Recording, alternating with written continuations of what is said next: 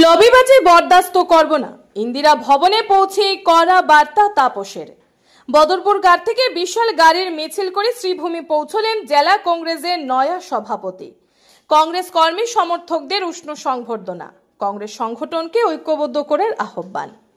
আজ করিমগঞ্জের ইন্দিরা ভবন সেজে উঠে ঠিক ভিন্ন মেজাজে। পুরো ইন্দিরা ভবনকে এমনভাবে আলোকসজ্জায় সাজিয়ে তোলা হয়েছে যেন অকাল দীপাবলি। নয়া সভাপতিকে বরণ করতে মুখিয়েছিলেন দলের শতাধিক কর্মী সমর্থক। এই বিপুল সংবর্ধনার জোয়ারে ভেসে দলীয় কর্মী সমর্থকদের সোজা একটা বার্তা দিলেন, করিমগঞ্জ কংগ্রেসে লবিবাজি বরদাস্ত করা হবে না, দলকে এগিয়ে নিয়ে যেতে হলে সকলকে ঐক্যবদ্ধ হতে হবে। নিজের ভাষণে তিনি তার রাজনৈতিক গুরু প্রয়াত মাধবেন্দ্র দত্ত চৌধুরীকে স্মরণ করে বলেন, ওনার ছেঁড়া পাঞ্জাবি পরে রাজনীতিতে হাতেখড়ি হয়েছে আমার। দল আমাকে যে দায়িত্ব দিয়েছে সেটা যাতে নিষ্ঠার সঙ্গে পালন করতে পারে, সেটাই হবে মূল লক্ষ্য। তিনি যে সবাইকে নিয়ে চলতে চান সেটাও নিজের ভাষণে বুঝিয়ে দিলেন। ইন্দিরা ভবনে নয়া জেলা সভাপতিকে উষ্ণ সংবর্ধনা জানান বর্ষিয়ান কংগ্রেস কর্মী সতু রায়, জ্যোতিষ পুরকাস্ত, আমিনুর রশিদ চৌধুরী, সুব্রত দেব, বদরুল হক, সন্দীপ নন্দী, মাওলানা আব্দুল ওয়ারিস প্রমুখ। এদিন জেলা কংগ্রেসের সভাপতিকে স্বাগত জানাতে শতাধিক কংগ্রেস নেতা কর্মী বদরপুর ঘাট এলাকায় জমায়েত হন। তারা তাদের প্রিয় নেতাকে গাড়ির মিছিল করে শ্রীভূমি নিয়ে আসেন। পথে বদরপুর ব্লক কংগ্রেসের সভাপতি জাকারিয়া আহমেদের পক্ষ থেকে নয়া সভাপতিকে চৈতন্যনগরে সংবর্ধনা জানানো হয়। এদিন শহরে প্রবেশ করার পর স্থানীয় ইউথ স্কয়ার ক্লাবের পক্ষ থেকেও তাপস পুরকাস্তকে সংবর্ধনা দেওয়া হয়।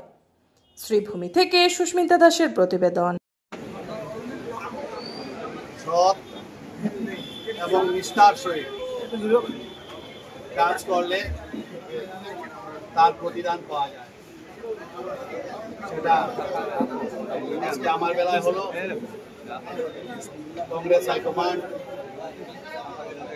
আমাকে এই গুরুদায়িত্বে আসীন করেছেন, তার জন্য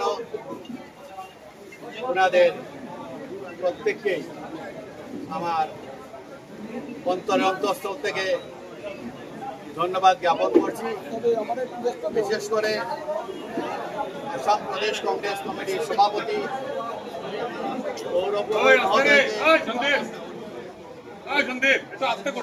আমি ধন্যবাদ জানাচ্ছি যে এই কারণে তিনি আসাম প্রদেশ কংগ্রেস কমিটির সভাপতি নির্বাচিত হওয়ার পর থেকে যেভাবে আসামের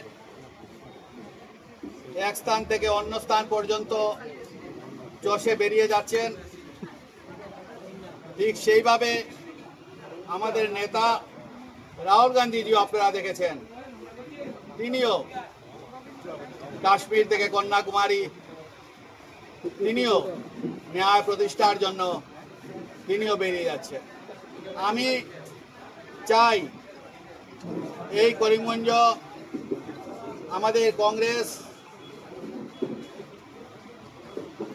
আমরা সবাই এক হয়ে, আমাদের কোনো লবিবাজি থাকতে পারবে না, আমরা সবাই এক হয়ে আমরা কংগ্রেস করব।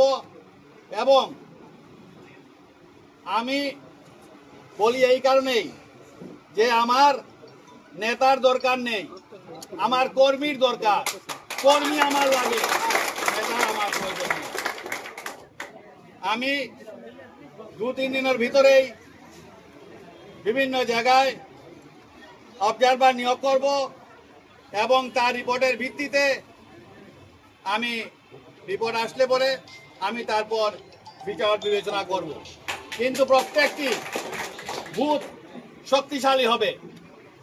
আজকে বিরোধী দলকে যদি আমি বিরোধিতা করতে হয় তাহলে আমি বুথ স্তরে যেতে হবে, বুথ স্তরে যেতে হবে, নাহলে আমরা এই সমস্যার সমাধান করতে পারবো না। তাই আমি চাইছি এই কংগ্রেসে একটি নতুনত্ব আনার, এবং আমি মনে করি আমরা সবাই, আপনারা সবাই যদি থাকেন তাহলে আমি সেটা অচিরেই পারবো। কারণ প্রতিটি বুথে বুথে আমি অবজারভার নিয়োগ করব। আমার আসল কাজ হবে প্রতিটি বুথ থেকে আমি কর্মী সংগ্রহ করা। কংগ্রেস মানুষ বলে, অনেকে বলেন কংগ্রেসে মানুষ নেই। কংগ্রেসে অনেক ফলোয়ার্স আছেন, কংগ্রেসে অনেক কর্মী আছেন, কিন্তু আমাদের যন্ত্রপাতি ঠিক ছিল না। আমাদের যন্ত্রপাতি ঠিক ছিল না বলেই মানুষ আমাদের এখানে আসতো না। আমি চাই যে এবার আমরা সবাই মিলে আমরা ঐক্যবদ্ধভাবে আমরা যেটা করব আমি ঐক্যবদ্ধভাবে আমি করব, কোনো লবিবাজি আমি মানব না। এবং আজকে অনেকটা দেখেছি, আজকে অমুকের এগেইনস্টে লেখে, কে লেখে? বিজেপি লেখে না, কংগ্রেসের এগেইনস্টে লেখে। এটা যদি আমি কোনোদিন শুনতে তাহলে বিরাট অ্যাকশন সেটা আমি বলছি। এখানে আমার বয়োজ্যেষ্ঠ চতুরায় মহাশয় আছেন, আমার যতীন ময়দান আছেন, জ্যোতিষপুর কাস্ত মহোদয় আছেন, আমার সিনিয়র করিমগঞ্জ কলেজের জেনারেল সেক্রেটারি প্রবীর ভট্টাচার্য, আমিনুল চৌধুরী, আমার জয়েন্ট সেক্রেটারি দুজন এখানে আছেন এপিসিসি, দুজন শাহনাজ আহমেদ এবং প্রদীপ গোয়ালা, আমার বিশ্বজিৎ ঘোষ, সুব্রত দেব, কেন সবাই কবির আহমেদ এবং পিলুষরা ব্লকের। আমি আপনাদেরকে নিয়ে বসবো, নিয়ে আমি সব ঠিক করবো, কোনো চিন্তা করবেন না। আমাদের করিমগঞ্জ কংগ্রেস ঐক্যবদ্ধ কংগ্রেস হবে। কংগ্রেস জিন্দাবাদ।